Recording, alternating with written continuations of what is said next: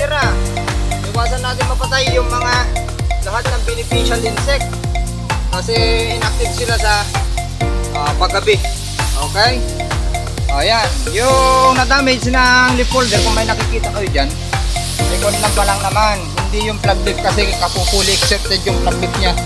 Yung kadalasan yan 3 and 4 dahon. Mga ka-farmers, magandang hapon po sa ating lahat. At ito yung gagamitin natin mamaya. Itago muna natin yung fungicide dyan na Arbury. Yan yung Bertaco at dishwashing liquid. Okay, pang 7 loads lang naman yung kon natin. Hindi natin mauubos yun.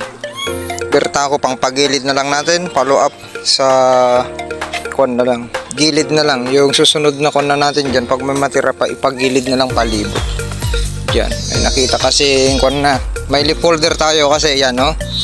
Yung 4th leaf, okay, 3rd at 4th leaf. Yung plug leaf wala pa yan kasi bagong labas pa. Okay, at mainit pa, mainit pa. Alas 5 na nga pero mainit pa.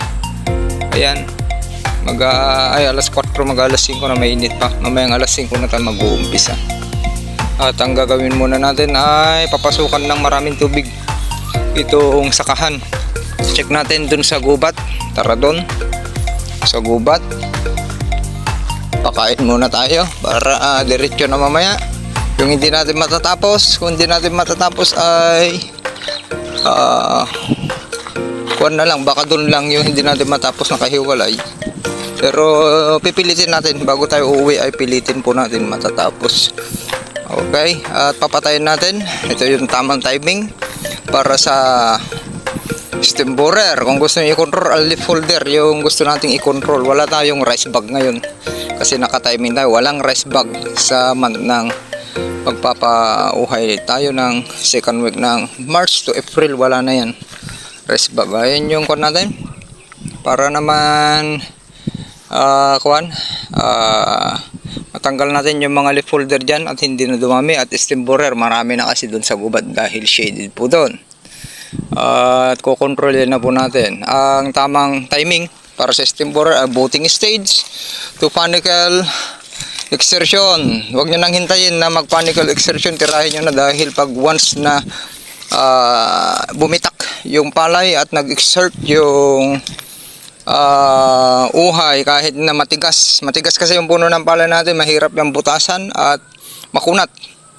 Tignan nyo yung lumalagutok yan pag pero lumalagutok pag binali natin, pero makakapasok pa rin sila dahil ang point of entry nila ay dun sa mismong bumitak sa panicle na bumibitak yung mga uod. Kaya patayin na po natin para walang rason. Okay, ikot muna tayo at i-check yung tubig kung may tubig dun sa likod. At papasukan natin ito na maraming tubig dun sa kan natin para magsalubong, para aangat kung mayroon man dun sa base yung uod ay aangat pa kasi masyadong mataas na yung palay po natin. Hanggang puson na yung karamihan po dyan, hanggang baywang to puson. At ito yung ititira natin mamaya mga alas 5, mainit pa. Ito yung Bertaco para makontrol natin yung stem borer na sisira ng yan yung magsisilbing dead heart sa inyong sa mga sowi at whitehead, yung puting lalabas na uhay at nakalabas na ay biglang namamatay dahil bubutasan ng uod. Yan yung stem borer. Okay, anak ng paru-parong parang jet fighter, yung puti, at mayroon din yung yellow stem borer. Ito yung Bertaco.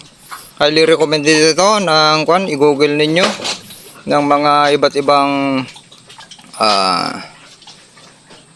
ibang aral para sa pagkontrol ng leaf folder at stem borer. At hindi lang yun yung target pest nya, yan yung nakalagay: green leaf hopper, stem borer, whole maggot, leaf folder, brown plant hopper, black bug, rice bug, halos lahat. Ang problema lang naman natin dito sa ating sakahan ngayon ay stem borer at leaf folder. Yung black bug ay hindi niya panahon ngayon at rice bug hindi na niya panahon ngayon.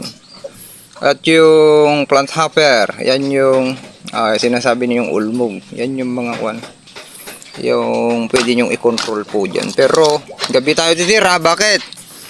Dahil para hindi natin mapatay yung mga lahat ng beneficial insect. Karamihang beneficial insect dahil mas active yung mga kalabang insekto pag padilim na. Lalo't full moon. Yan yung time na timingan ninyo. Full moon active yung mga black bug, kung may black bug man. At yung mga stem borer, yan yung mga mapanirang insekto. At ulmog, BPH, yan yung mga kwan dyan. Tumigil na yung daga dito, namatay na yung kwan dyan. Mga puno dyan na pinutol ng daga. Yan. Kasi inasak ko sa ilang pinuntahan ko yan, tumigil na. Lumipat na naman yun. Okay, tara. Para makapag-umpisa at pipilitin nating i-videos mamaya. Uunahin natin ito gitna para tatlo na lang nadaanan, tagtatatlo. Gigitnahan na natin mamaya para ma-video pa natin bago magdilim. Ay, salamat. Ito na yung granule po kasi ito na maliliit. Kailangan po na ilagay natin yung 1 pack na mayroon siyang 10 grams. Yan, pinapakita ko na para masundan nyo po. Pero yung rule number 1 natin, magsuot ng, lason po yan, ingatan, magsuot ng, yan, mga protective, kung may protective ka. Tapos, gumamit kayo ng mahabang stick. Bakit? Tapos nakayuko. Dahil yung mga mapanirang insekto, nandun sa base. Pati yung uod, nandun sa base, dun siya bubutas. Kung nandito lang yung usok ng sprayer, hindi naman power sprayer, ay makakaligtas siya. BPH nandun din sa baba. Lahat ng mapanirang insect nandun. Tapos pag ginanyan nyo kasi yan yung buga niya, bago kayo aapak nakababa na, hindi nyo siya malalanghap. Kaya mag-ingat pag gumagana ng lason dahil pag tumanda tayo, hihina yung immune system, doon na ululutang yung sakit po natin or cancer. Yan na. So tunawin muna natin. Madali lang naman tunawin. Actual. Rule number 2. Yun, haluin mabuti. Pag linagay natin dun sa knapsack sprayer, haluin pa rin natin. Okay? Tapos, check natin ito. Lagyan lang natin 100 ml na pang-sticker natin. Natural sticker natin. Yan, 100 ml na dishwashing. X-brand lang. Huwag kang bumili ng napakamahal. Yung pangalan lang ang binibili ninyo. Ayan. Yung pang-kuan natin, haluin natin, check nyo kung nag-separate ba sila o naghalo, ay compatibility sila. Ang rate ng dishwashing liquid ay hanggang 240 ang pwede nyo per knapsack sprayer o 16 liter. Pero ilagay natin ay 100 or para ipakita natin sa inyo, gawin na lang natin 150. Yan, para pang-sticker natin 150. Dami naman natin ganyan kasi bumili nga tayo ng ganyan. Yung isang kit nito sa Shopee ay ilan na yung magagawa niya, 16 liters na, kaysa bibili ka ng pakipakite.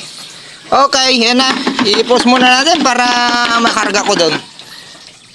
Okay, lagay na po natin. May mayat ata no na pintas silina inajing ka na jitil tawel. Ay nga magulpe nung amin napatyanan nga dagos, kurang titanom na magulpe. Ang adot ang nagbagas. Ang abutan na rin. Padano makpe ko mang Nachok na magaan, na dinachok. padano makpe ko mang haan na naman. Kaya nakarambay mo doon, hana 15 days dito. Pwede aja 15 days bago harvest. Napatyanan na. Ilang lungog mo te, sibug-sibugam. 10 days ajay. Ay lungog dahil tang-tanggig mo. Matay. Mabali na rin. Kita ko na naman. Okay, pause muna natin. Okay, yan na. Roll number 3 natin. Haluin pa rin natin para sakto yung lason ay mahalo ng mabuti at pag-spray natin parehas yung rate distribution. Okay, cut na po natin at i-install natin doon para makita nyo pag-spray natin dahil didilim na mamaya ay hindi nyo na po makikita. Tabangan nyo daw sa YouTube channel Agritipid P. Dito tayo dadaan sa likod at i-install po natin. Ayan na yung inbreed natin, lalaki. Mas matangkad na, inbreed po yan. Para hindi lang po natin mawala. Tignan nyo yung lapad ng dahon. Ang lalaki kasi ng puno nyan, malaki yung 650 grains ang kaya niya, tapos malalaki yung butil. Ayan na, may nakikita nyo, mayroon talaga tayong stem borer na. Oh, ito yung standing crop dito sa likod. Hanggang kon na yan, puson. Standing height tayo. Hanggang puson, lumagpas na rin. Lalagpas pa yan. Dito natin i-install para makita nyo yung pagpunta ko dito mamaya. Okay. Nakaload na po tayo I-install ko lang, pause. Okay yan, i-play ko na. Para kung hindi ko na kasi mag-play. Doon tayo magsisimula sa irrigation. Sana hindi malupat at hindi malaglag.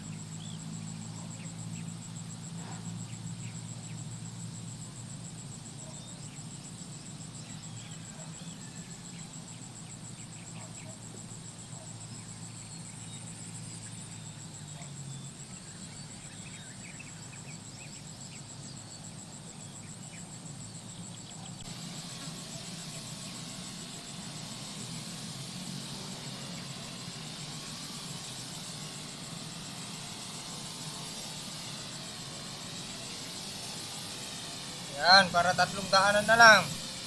Okay? Bali, hapon tayo titira dahil para maiwasan nating mapatay. Bakit hapon tayo titira? Maiwasan natin mapatay yung mga lahat ng beneficial insect. Kasi inactive sila sa paggabi. Okay? Ayan, yung na-damage ng leaf folder, kung may nakikita kayo dyan, ay kon lang pa lang naman. Hindi yung plug leaf kasi kapupuli accepted yung plug leaf niya. Yung kadalasan yan 3 and 4 dahon. Kaya pause muna po tayo.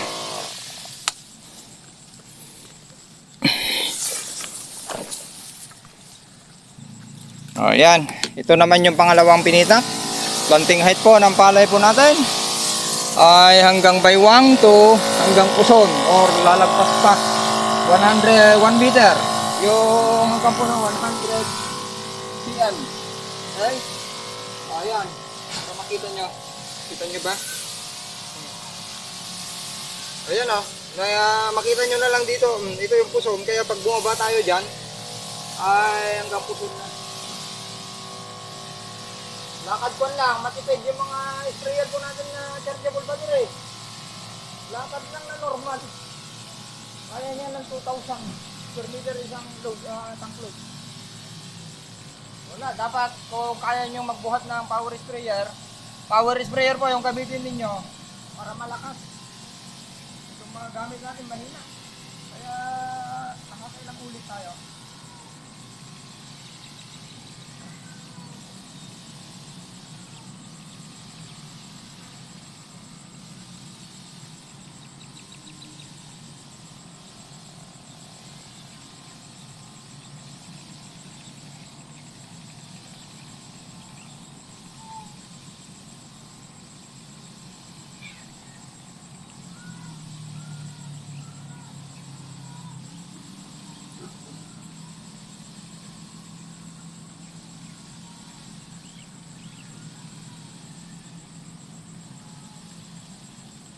Nyo, kung kaya nyo ng gabi, mas maganda kung gabi para hindi nyo mapatay lahat ng mga beneficial insect or kaibigang mga insekto. Okay, ganun na lang po. Happy farming. Magtanong lang po kayo sa mga gusto nyo pong itanong. At ipag-pray po natin na ani tayo ng kahit maabot natin, pilitin yung 10 tons para maraming magbibenepisyo. Marami tayong masisiran ng protocol po natin. Okay, jackpot. 102 ng Leeds Company. Hybrid po ito or RC 666 na si Sir Edwin Balahadja nasa Facebook. Naka-friend request po sa atin yung account niya. Yan, yung field specialist po ng Leeds Agri Company. Tapos, papasalamat din tayo sa LGU DE Malig Isabela dahil may programa pong Project Atlas at kay Sir Elmer Mabuti na nandyan palaging nakamonitor sa drone direct seeding. Drone direct seeding po ito pero tumitindig na transplant sa planting height. Ngayon nga lang, ang challenge po natin dito ay ang kapal. Kaya challenge talaga paano natin buuin yung batok. Maraming salamat. 5 loads na tayo. 5 loads 1, 2, 3, 4, 5. Tapos na natin yung banda. Dito na tayo. Padiretso dito sa baba.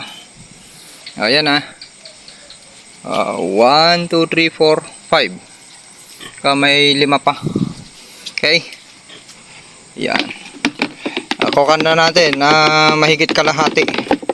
Ang daming snibborer na nagliliparan pag nailawan natin. Ang daming mga jet fighter, yun yung buwan. Palabas na. Tignan natin kung hindi natin matatapos, medyo mahangin konti. Kaya nakapababa ako. Ayan lang plug lip dyan. Kaya tatamaan hanggang sa baba. Kahit hindi natin mapaabutan, malalim na yung pinatubig ko dyan para sa salubong. Systemic naman yan. Sharing is caring. Okay, tutuloy na lang po natin bukas. Naka 5 loads. 1, 2, 3, 4, 5. So may 5 pa dyan. 1 na natin dyan. At finally charge ko ulit para malakas yan. Kunti na lang. 3 loads na lang. Yan, sinarge natin ulit. At palis na tayo para mapagkumpara ko rin yung inisprehan ng gabi ng hapon hanggang anong oras na. Sakto alas 7. Tapos bukas alas 4 mag-uumpisa ulit tayo alas 4 hanggang alas 6 na yan. Mga 2 oras lang kasi lakad pagong yung ginagawa ko. Ayan tignan nyo, ang daming mga lumilipad. Talagang napisa na lahat, naging paro-paro yung iba at marami ng kwan dyan, mga uod. At tignan natin, mapagkumpara natin kung ano yung ito. Actually itong unang pinintag inisprehan ko na, tapos na to. Dito na lang, halo 6,000 na lang yung natira pag ganun hanggang gubat, tapos yung nakahiwalay para mapagkumpara natin yung totally dun sa kabila tapos na, tsaka ito, para mapagkumpara natin ano yung mas maganda, yung na-sprayhan sa umaga at hapon. Mas maganda yung sarili nating tuklas. Okay, maraming salamat. Nagbabasa pa rin tayo pero gawin natin, i-actual natin at obserbahan. Ganun po yung mag-observe para makuha natin yung tamang timpla. Ayan, tangkad na pala natin ayan, basta itong week na to magpapalabas na yan. Tapos abangan nyo yung susunod ulit para sa dirty funicle naman tayo at cleaner green at yung ship light. Cut po. Yung pinulyar po natin pag may natitira tayong fulyar na YM, yung kalamansi namulaklak na napakarami na. Maliit lang po yan. Ngayon lang nalinisan natin. Tapos diniligan, combine ng foliar ay namulaklak na. Pati yung mga gumanda na. Ito pati itong pati itong siling panigang na matagal na dito. Tara na. Tuloy natin bukas. Okay. Buwanan na natin yung figure. Scary. Hope sa next year ay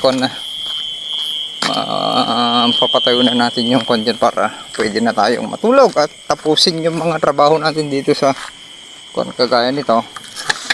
Bis na itutuloy natin bukas ay pwede na natin tapusin. Ngayon uuwi muna po tayo at itutuloy bukas. Yan na, nagpapasok ako ng tubig. Naka-open yan. Punuan yan. Para umakyat yung mga uod at mamamatay. Cut.